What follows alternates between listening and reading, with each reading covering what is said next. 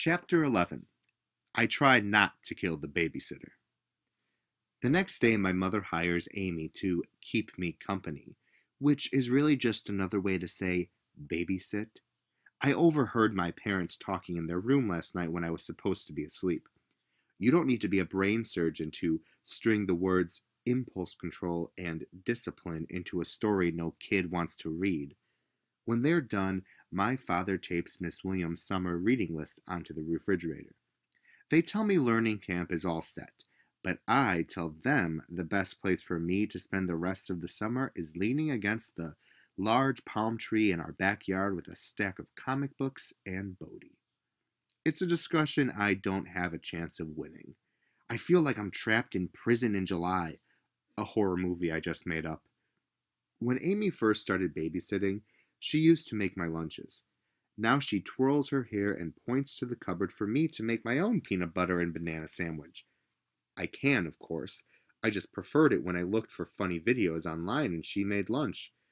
I cut the sandwich on the diagonal and put the pieces on a plate to prove I don't need her help to make a nice meal. I killed one of my first babysitters, I say, so I wouldn't try anything if I were you. I'm really scared, she says, then tears off a corner of my sandwich without asking. Seriously, babysitting for me can be lethal. I feel I should warn you. For $10 an hour, I'll take my chances, Amy says. I think about offering her $12 an hour to go home, but I'm pretty cheap when it comes to spending my own money on boring stuff like babysitters. Your mom told me about that girl who drowned. Don't expect that kind of service from me. For once, I can't think of a snappy comeback, choosing instead to concentrate on my lunch. Amy leans back in her chair. I don't know anyone who died. My second grade teacher's husband got killed in a car accident, but I never met him. I really didn't know Susan either, I say.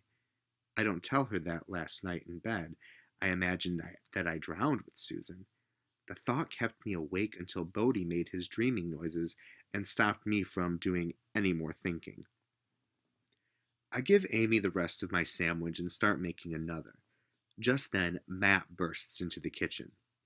They're delivering bricks for our new patio, he says. There's a huge 18-wheeler in the driveway. Let's take my old action figures and put them in front of the tires so when the guy drives away, he'll squash them like grapes. Matt doesn't have to ask twice. I tell Amy I'll be at Matt's, but she barely hears me because she's back on her phone. As Matt and I line up old toys in the front of the giant tires, I find a small plastic raccoon. I used to have this same action figure, a present in some meal package from a fast food restaurant.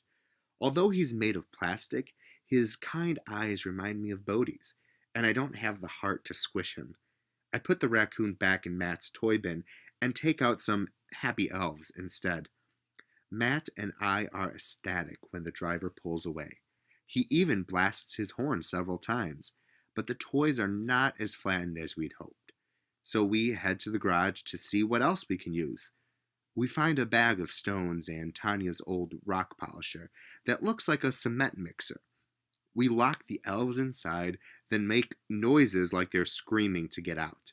Surprisingly, it's not as much fun as I thought. I realize Matt is having a blast, and I'm the problem. Learning camp starts Monday, and it weighs on me. Suppose I'm the worst student there. I have to work so hard to keep up during the school year. Do I have to fake my way through all summer, too? The thought of one more person cracking the whip about learning makes me want to jump into the cement mixer with these crazy elves.